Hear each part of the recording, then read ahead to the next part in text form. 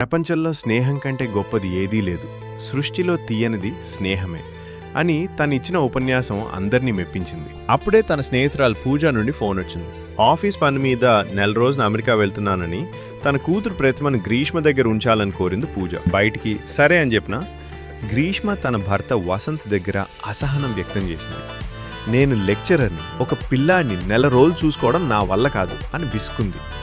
థియరీలో స్నేహం గురించి గొప్పగా చెప్పి ప్రాక్టికల్గా సాయం చేయలేకపోతున్నావని వసంత్ ఆమెను సున్నితంగా మందలించాడు.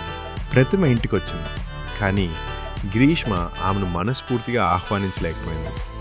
బయట రెస్టారెంట్కి వెళ్తే ఖర్చు అవుతుందని తన సొంత కూతురును కూడా వెళ్ళనివ్వలేదు.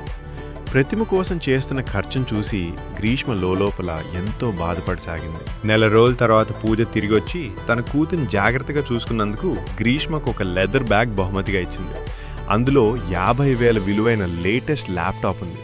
అది చూసిన గ్రీష్మ ఒక్కసారిగా షాక్ గురైంది. తను 10,000 ఖర్చు చేయడానికి వెనకాడుతుంటే పూజ మాత్రం అంత గొప్ప బహుమతినిచ్చింది. తన స్వార్థాన్ని తలుచుకుని గ్రీష్మ కళ్ళల్లో నీళ్లు తిరిగాయి.